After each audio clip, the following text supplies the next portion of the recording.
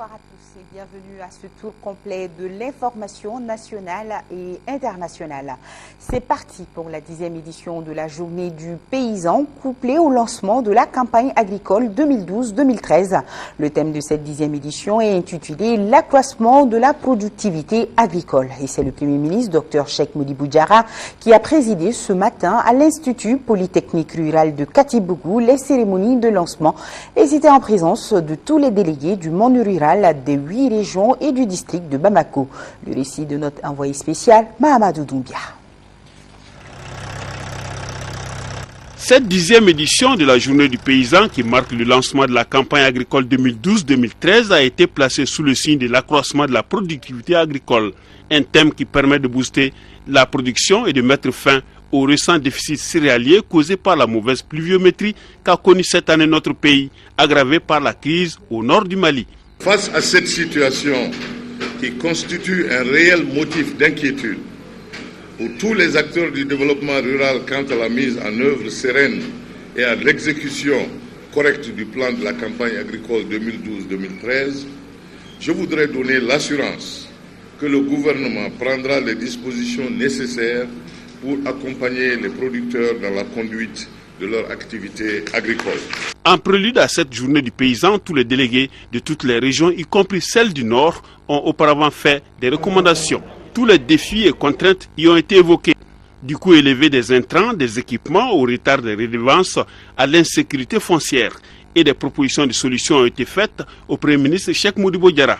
Les solutions sont mise en place d'un dispositif d'approvisionnement correct en semences, facilitation de l'accès des paysans aux titres fonciers, mise en place de sources permanentes d'eau, clôture des parcelles, formation des producteurs, accès facile au matériel de production, publicité et sensibilisation des populations, application correcte des textes, information et sensibilisation, brigade de surveillance. Le président de l'Assemblée permanente des chambres d'agriculture a en plus demandé au Premier ministre le soutien constant du gouvernement et au monde paysan de compter sur soi-même. Je voudrais également saisir cette opportunité pour confirmer les mesures volontaristes qui concernent, entre autres, l'apurement des arriérés de paiement des subventions dues au titre des campagnes 2010-2011 et 2011-2012. Deuxièmement, le maintien de la subvention sur les intrants agricoles, c'est-à-dire les semences et les engrais, pour la campagne 2012-2013. 3. La distribution gratuite d'aliments bétail et d'alevins en faveur des éleveurs et des pêcheurs déplacés du fait de récents événements du nord du Mali. Le maintien du prix du coton graine à 255 francs CFA le kilo, en plus du relèvement de la ristourne aux producteurs de 15 à 20 francs CFA le kilo. Et le maintien finalement de l'opération des pluies provoquées. Selon le Premier ministre Cheikh Modibo Diarra, le choix de l'Institut Polytechnique Rural de Katibougou pour abriter cette édition 2012-2013 se veut une reconnaissance aux efforts déployés par l'IPR en faveur du développement rural.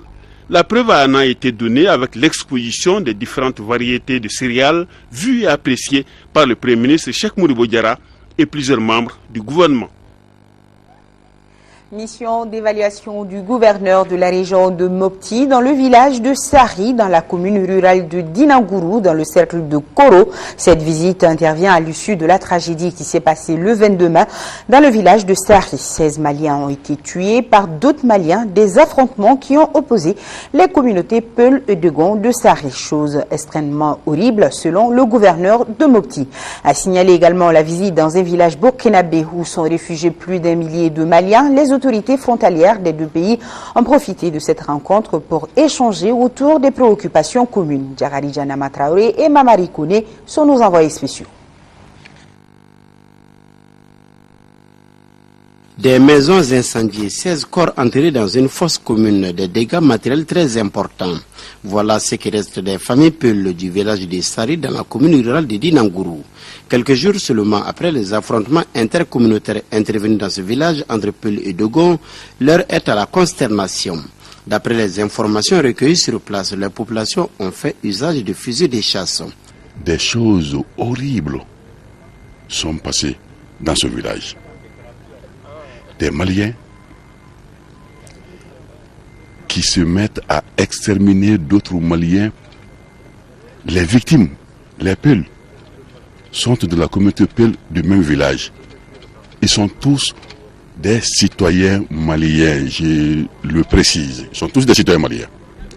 Il fallait venir vraiment faire cette évaluation-là et prendre des mesures appropriées d'ordre administratif et judiciaire pour que les auteurs de ces crimes odieux soient recherchés, interpellés, arrêtés et traduits en justice.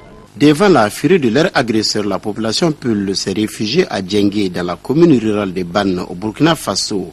Le gouverneur de la région de Mopti s'est rendu dans ce village où l'attendait son homologue de la région du nord du Faso et le haut-commissaire de la province du Loromo. Plus de 1000 personnes venant de 4 villages et hameaux maliens ont été recensées et sont hébergées sur plusieurs sites. Monsieur le gouverneur, il s'agit de vos administrés qui étaient en détresse et qui ont fui venir se mettre sous notre protection.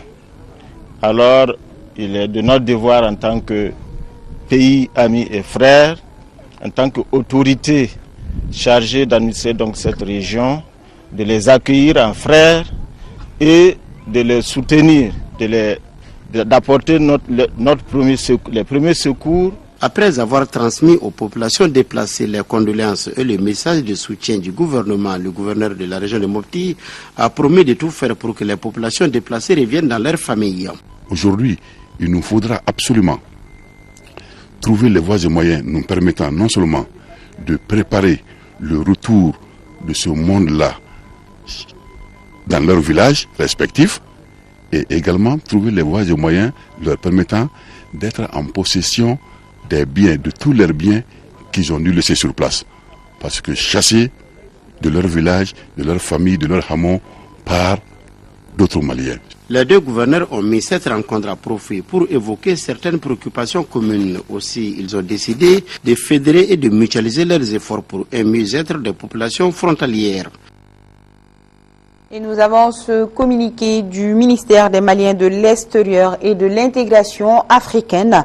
Le gouvernement de la République du Mali a suivi avec un vif intérêt la forte mobilisation de ses compatriotes d'Europe à l'occasion de la conférence organisée à Strasbourg, siège du Parlement européen, par l'eurodéputé François Alfonsi sur le thème « La situation des Touaregs au Mali, dialogue avec le MNLA ».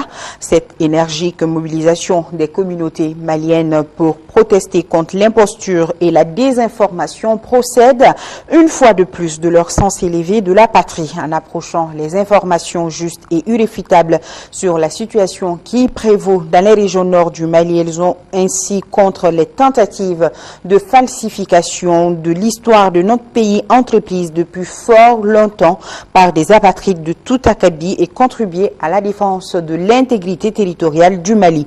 Le gouvernement les encourage à persévérer dans cette noble voie et les invite à demeurer vigilants pour faire échec à la campagne d'intoxication et de falsification en faveur de la création d'un État fictif et barrer la route à tous les marchands d'illusions. Le gouvernement de la République du Mali saisit cette occasion pour adresser ses vives félicitations à tous ces ressortissants d'Europe qui sont fortement mobilisés pour la cause de la patrie et les encourage à maintenir en la renforçant la dynamique actuelle.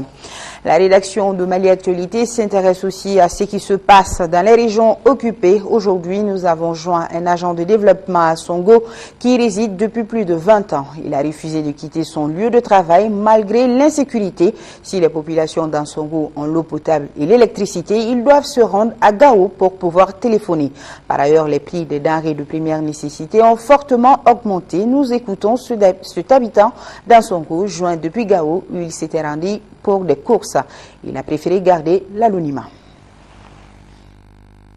J'ai vu à Ansongo depuis dans les années 90 où j'ai créé avec des amis l'ONG FABA et depuis nous sommes là-bas, nous intervenons pour soulager un tant soit peu la souffrance humaine au niveau des populations rurales. Depuis quelques mois déjà, Ansongo est occupé par des forces. Et alors quelle est la situation actuellement à Ansongo? On a une situation de zone occupée effectivement à plein temps. Et cette occupation se manifeste par des balades des gens en armes et en tenue, des gens souvent très jeunes. C'est vrai que ça crée des problèmes parce que les gens ils n'étant pas habitués à ça. Parce que les vols continuent, il y a des animaux qui se font enlever partout. Il y a des gens qui continuent encore à se faire enlever leur moto. En Songo, c'est le MNLA qui est là-bas. En Sardine n'est pas encore là-bas. À Gao, les jeunes se sont révoltés, c'est plutôt contre les occupants. Est-ce que de pareilles choses se sont passées à Ansongo aussi? En Songo, il y a eu des mouvements d'humeur pareils, parce qu'ils auraient enlevé le drapeau MNLA au cercle et au conseil de cercle, qu'ils auraient même brûlé. Ils auraient voulu installer le drapeau du Mali, mais là, je crois que les sages du village de la ville ont dit non, c'est pas la peine. Mais vraiment, il y a un potentiel d'organisation.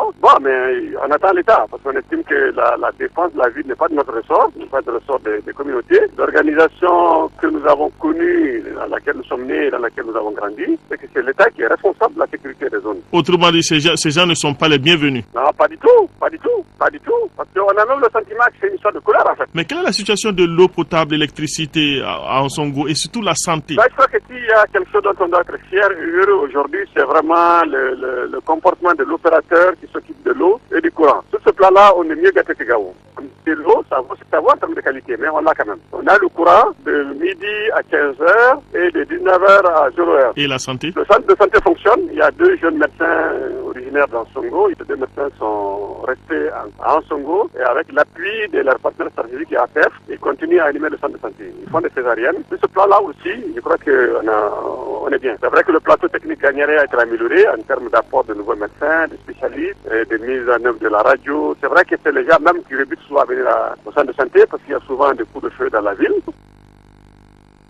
Témoignage recueilli par Chessira Dambélé, toujours concernant l'occupation du nord du Mali. Nous continuons à recevoir des communiqués à notre rédaction. Ce soir, c'est le mouvement des patriotes pour la justice sociale, le Parti uni pour la République pure et la Sénas Fassoere qui appellent le peuple malien à un sursaut national pour la sauvegarde de l'unité nationale. Exhorte l'armée malienne de prendre toute sa responsabilité pour libérer le nord du pays occupé par les mouvements terroristes et met en garde la CEDEAO, les autres pays du champ ainsi que la communauté internationale contre le piège ainsi tendu par les terroristes.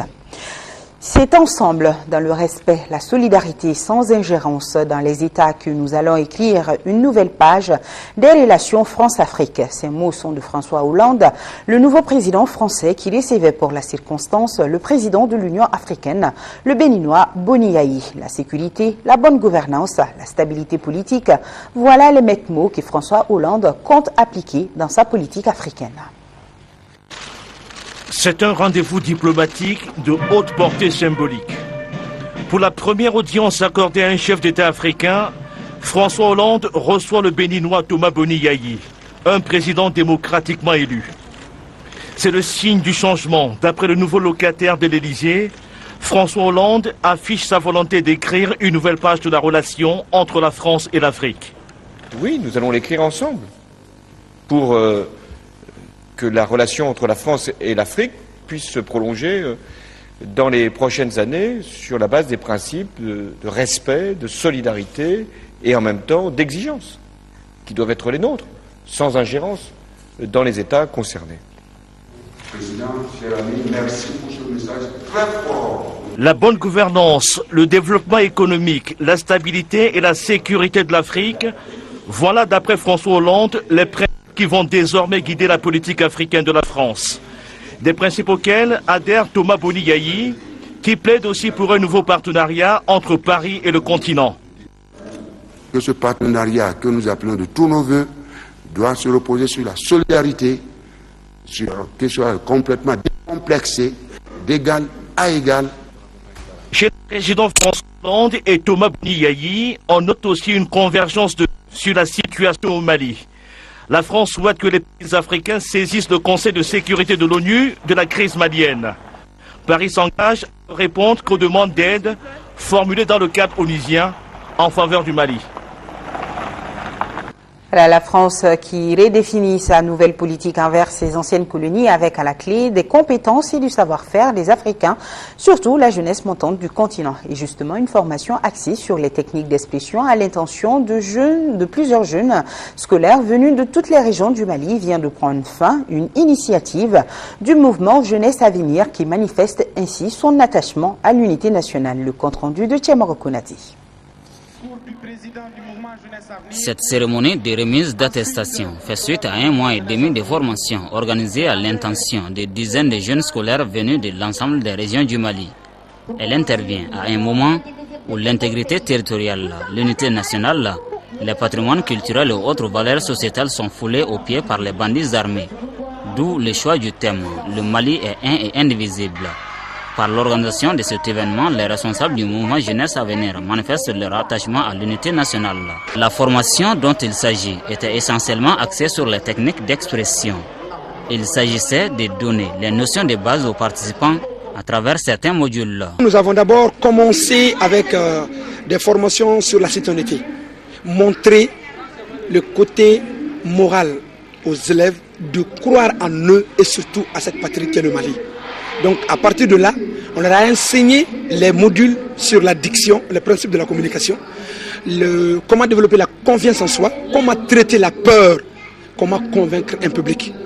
Ces jeunes œuvrent au renforcement des capacités de la jeunesse scolaire et universitaire à travers une formation adressée à vous tous. Nos félicitations et nos encouragements à tous les responsables de ce mouvement. Des jeunes artistes étaient présents à la cérémonie pour émerveiller l'assistance. Allez, les femmes de Niamey, Komala et de cet autre hameau de la commune rurale du Mandé sont plus que comblées aujourd'hui. Fini désormais les longues distances qu'elles parcouraient pour des consultations ou pour des accouchements. Une toute nouvelle maternité vient d'être inaugurée dans le village de Niamey, commune rurale de Bafoummana. Elle est construite par le collectif des femmes pour l'éducation, la santé familiale et l'assainissement Koufesfa Yiriwaton pour un coût de plus de 38 millions de francs CFA sur financement de la fondation luxembourgeoise Raoul Folero. Le récit de la cérémonie d'inauguration avec nos envoyés spéciaux Aruna Diara et Abraham Maïga.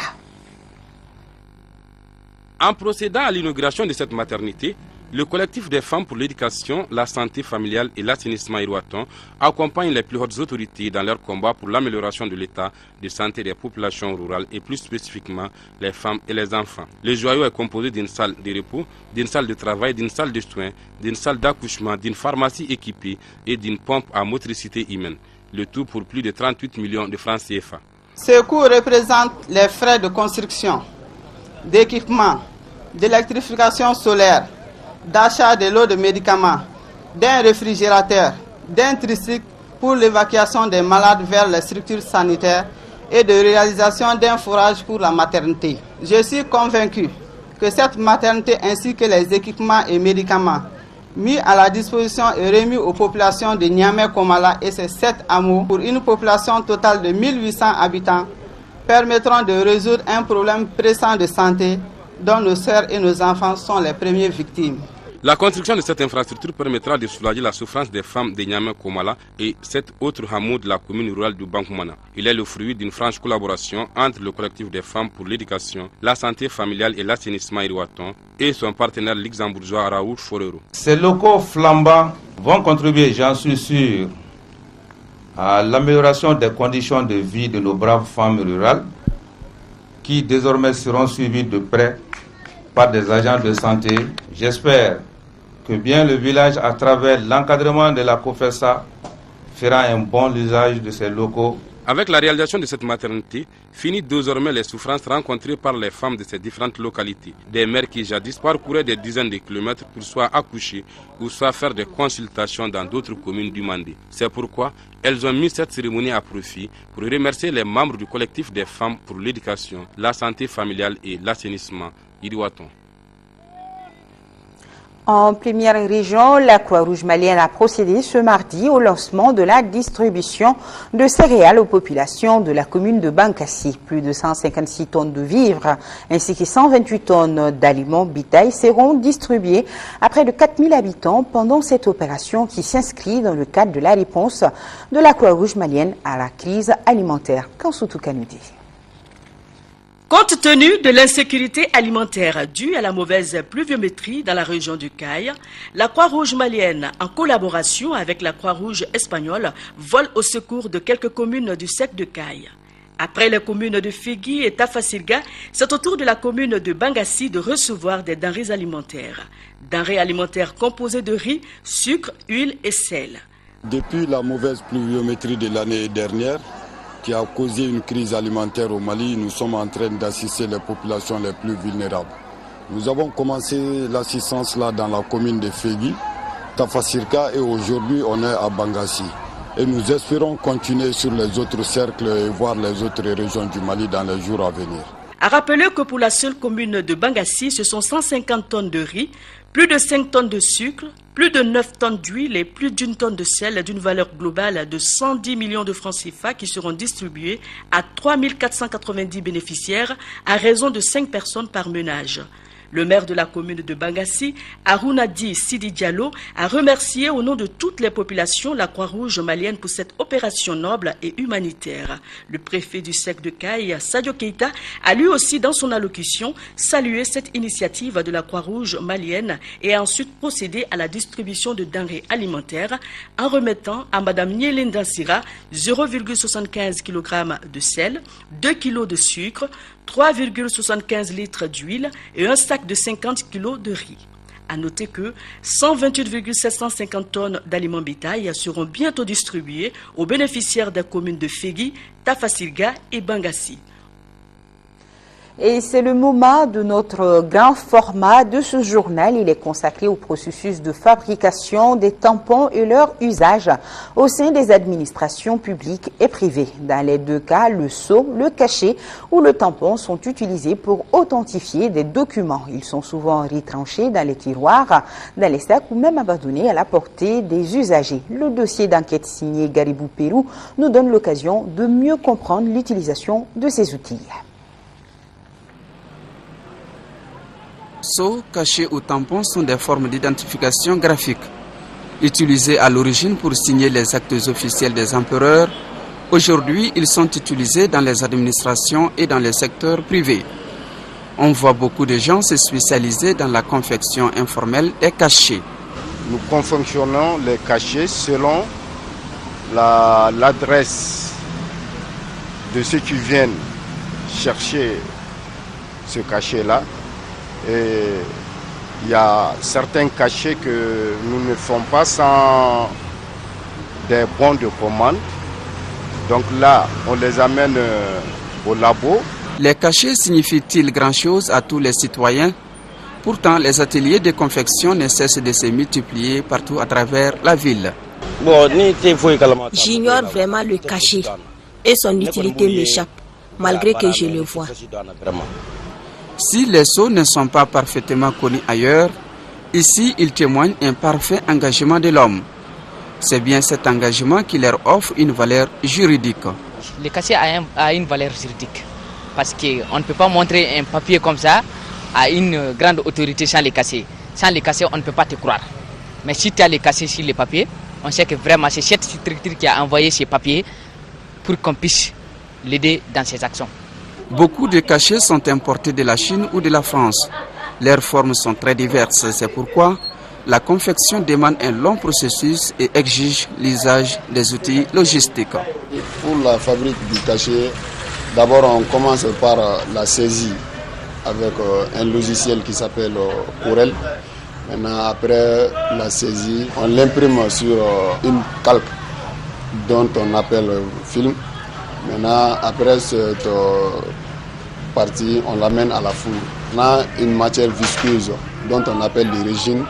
C'est à partir de cette matière qui est même à la base même du cachet, qui donne une forme qui peut se mettre sur les papiers. Dans l'espace administratif de notre pays, il y a 3 genres de sceaux et chacun a ses caractéristiques.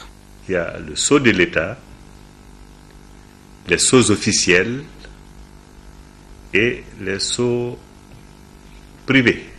Le sceau de l'État est le sceau utilisé par le chef de l'État pour revêtir de ce caractère d'authenticité les actes de souveraineté qu'il établit lui-même. Alors les sceaux officiels, comme les timbres secs, sous forme de presse et cachets, des institutions de la République, des cours et tribunaux, des greffiers notaires, des commissaires priseurs, des huissiers, des administrations et des autorités publiques portent les mêmes caractéristiques que les sceaux de l'État. Mais les sceaux privés dépendent du goût et de ce que veulent les autorisateurs privés. Seuls les sceaux de l'État et les sceaux officiels sont protégés par le code pénal. À ce titre, le ministre de la Justice et garde des Sceaux est habilité à certifier les sceaux de l'État ou les sceaux officiels. C'est le ministre de la Justice qui est le gardien exclusif des sceaux de l'État. Dans certains pays d'ailleurs, avant d'être ministre de la Justice, vous êtes garde des Sceaux. Je vois la France, je vois le Gabon. On dit d'abord le garde des Sceaux, ministre de la Justice. Il en est le gardien exclusif. Et celui qui veut en faire la demande, qui va obtenir un sceau, même les administrations publiques, même les départements ministériels, font la demande au garde des Sceaux, qui l'autorise à les confectionner. Pour le code pénal, l'usage faux des sceaux protégés est un acte grave. Par conséquent, les mesures de répression sont présentes contre l'auteur. Cet acte qui émane d'une autorité habilitée. L'article 98 du code pénal punit tout ce qui en font usage ou qui essaie même de limiter. Et la peine est grave, la peine est criminelle. C'est de 5 à 20 ans de réclusion. 5 à 20 ans. Les sceaux ne sont donc pas un privilège administratif. Ils tombent dans le monde commun, bien que non protégés ici par le code pénal. Cependant, chaque citoyen doit imprimer le respect des sceaux dans le seul but de ne pas subir de gré ou de force les mesures de répression prises par le code pénal. Un dossier signé Garibou Pérou. Ouvrons à présent la page sportive avec cette nomination qui sera enregistrée dans les annales. Retenez bien ce nom, Lydia Sekira, 45 ans, burundaise. Elle est la première femme à rejoindre le comité exécutif de la FIFA, l'instance suprême du football mondial. Comme dirait l'autre, mieux vaut tard que jamais, il aurait fallu patienter jusqu'en 2012 pour qu'une femme intègre le comité exécutif de la FIFA fondé en 1904. Cette nomination donne en tout cas du courage à beaucoup de femmes dans ce domaine exclusivement masculin. Ils sont venus nombreux à l'aéroport de Bujumbura pour fêter la nomination de Lydia Sekera, première femme à rejoindre le comité exécutif de la FIFA. Un accueil digne d'une star, cette Burundaise de 45 ans était déjà depuis 2004 présidente de la Fédération burundaise de football. Le ballon rond, elle le côtoie depuis son enfance, mais réservée aux hommes, elle n'aura pas l'occasion de taper dedans. Elle se consacre au développement du football au Burundi, alors pour elle, cette décision est un premier pas vers une reconnaissance du football burundais.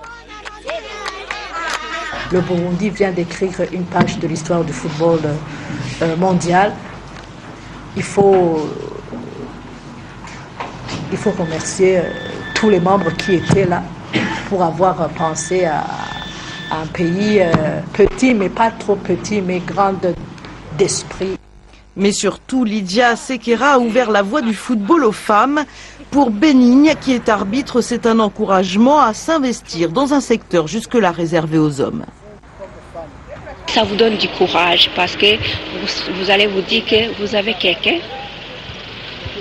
qui vous précède et tout ce que vous allez faire, vous allez vous y mettre.